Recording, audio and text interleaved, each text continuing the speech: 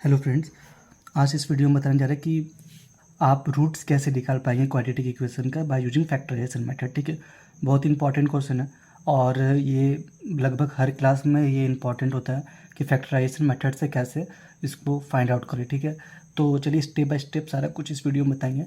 तो first step क्या करना है वो आपको बताने जा रहा है। उससे पहले इस क्वेश्चन सॉल्व करने से पहले एक बात और बता देना चाहता हूँ। जैसे एग्जांपल के लिए, जैसे ए एक्स स्क्वायर है, ठीक है, प्लस बी एक्स प्लस सी। ठीक है, ये क्वाड्रेटिक इक्वेशन है। कैसे पता चला मुझे क्वाड्रेटिक है? क्वाड्रेटिक इक्वेशन में एक खास बात क्या है कि उसके पावर में 2 होगा। ठीक है, मैक्सिमम पावर में क्या होगा? 2 होगा। सपोज कीजिए यहाँ पर जो है, यदि यहाँ नहीं, यहाँ लिखता हूँ मैं, A X cube plus B X square plus C is equal to suppose की 0 है। ठीक है, तो ये क्या है? क्यूबिक इक्वेशन है। कैसे पता चला मुझे? क्योंकि यहाँ पर डिग्री कितना, डिग्री मतलब होता है कि उस इक्वेशन में मैक्सिमम पावर कितना है। यहाँ मैक्सिमम पावर 3 है, तो इसका मतलब ये क्यूबिक इक्वेशन है। यहाँ देखिए ये क्या था? मैक्सिमम पावर कितना था, मतलब डिग्री कितना है इसमें? 2 है, तो इसका मतलब ये क्वाड्रेटिक इक्वेशन। ठीक है, यहाँ तो बात क्लियर हो गई।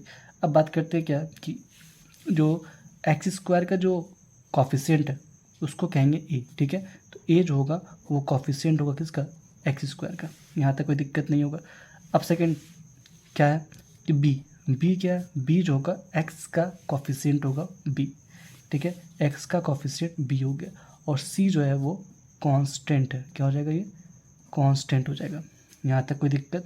एक बार और रिपीट कर देता हूँ कि एक्स स्क्वायर के जस्ट बगल वाला, ठीक है, तो जब एक्स स्क्वायर के बारे में बात किया जाए इसका कॉफिशिएंट ए है, एक्स के बारे में बात किया जाए उसका कॉफिशिएंट बी है, और सी जो है वो तुम्हारा कांस्टेंट है। यहाँ तक कोई दिक्कत नहीं होना चाहिए। ठीक है, अब आते हैं हम लोग अपना क्वेश्चन के ऊपर।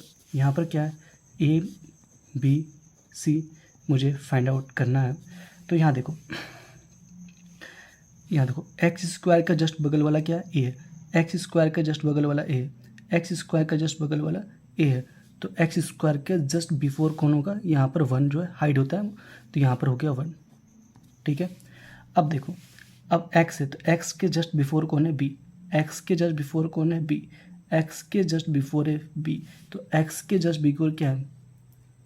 -3, -3। ठीक है, अब देखो ये क्या है? लास्ट टर्म जो है वो कांस्टेंट है, तो यहाँ कांस्टेंट -10 है, तो ये जो आपका -10 हो जाएगा। तो फर्स्ट स्टेप आपका कंप्लीट हो गया कि A B C find out हो चुका है। सेकंड स्टेप क्या करना है? सेकंड स्टेप में क्या करना है? ये फर्स्ट स्टेप हो गया। सेकंड में देखो, सेकंड में क्या करना है? मुझे करना है ए इंटू सी से मल्टीप्लाई करना है, तो 1 इंटू -10। ठीक है, तो हो जाएगा -10। ठीक है, ये मेरा सेकंड स्टेप हो गया। थर्ड स्टेप क्या करना है कि जो 10 था ना उसको हमको प्राइम फैक्टराइजेशन करना है। तो 2 5 जा 10, 5 1 जा 5। यहाँ तक कंप्लीट हो गया। अब क्या करना है? तो अब जो नंबर आया 2 5 1, ठीक है, तो हमें क्या करना है? जो मेरे पास क्वेश्चन है एक्स स्क्वायर -3x -10। ठीक है, अब जो -3 है, ठीक है, इसको स्प्लिट करना है 2 पार्ट में, सच दैट इस तरह से करना है तुम्हें कि ये दोनों का जो 2 पार्ट का जो सम होगा वो किसके इक्वल होगा? -3x के इक्वल होगा। ठीक है, सम, और दोनों का जो प्रोडक्ट होगा वो ए सी का इक्वल होना चाहिए। ए सी क्या है तुम्हारा? ए सी यहाँ पर है -10। ठीक है, तो इस तरह से तुम्हें इसको स्प्लिट करना है। कौन हेल्प करेगा तुम्हें? ये हेल्प करेगा, राइट। कैसे हेल्प करेगा?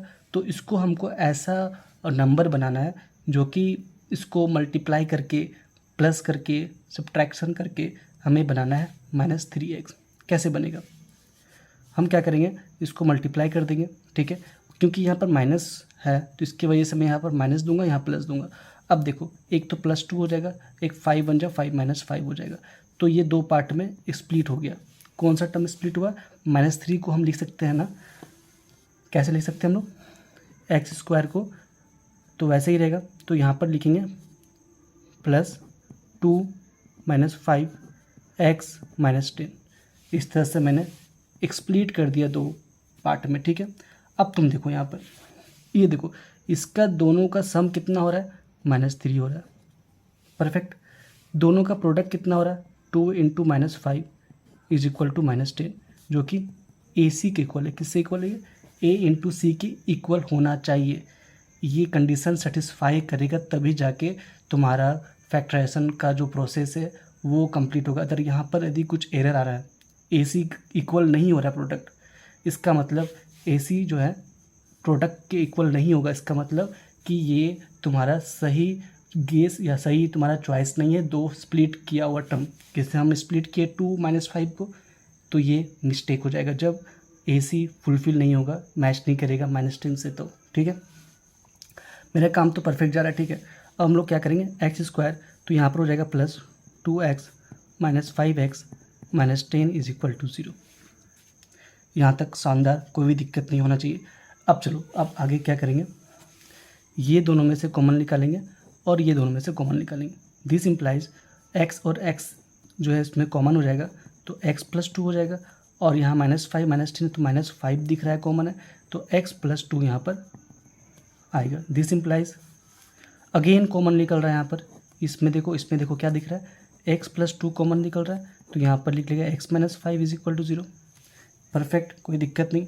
अब देखो, एक बात बताना चाह रहा हूँ कि सपोज करो मेरे पास एक नंबर है, 5 × 0 करो तो क्या हो जाएगा 0, ठीक है, या 0 × 5 करो तब भी होगा क्या 0।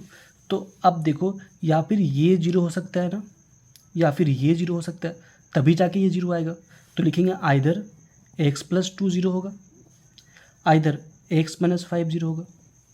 बात समझ में आ रही होगी, क्योंकि देखो हमें पता नहीं है ना कि फर्स्ट वाला पार्ट 0 होगा कि सेकेंड वाला पार्ट 0 होगा, लेकिन हाँ इतना श्योर है कि कोई एक भी होगा ना तो मेरा जो है ना ये इक्वेशन सेटिस्फाई करेगा। दोनों भी होगा तब भी चलेगा, कोई एक भी होगा तब भी चलेगा। तो इसलिए मैंने क्या कंसिडर किया, आइदर दिस = 0 और आइदर और दिस = 0।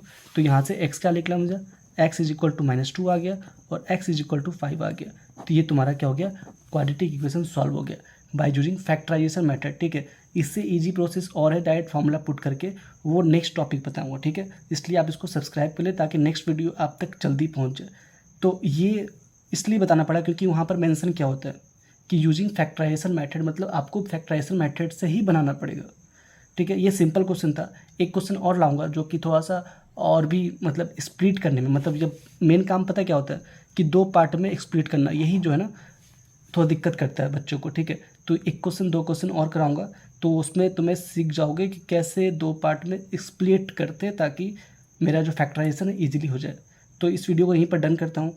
तो आशा करता हूँ आपको अच्छा लगा होगा, तो इसको सब्सक्राइब और शेयर जरूर करें। Thank you so much.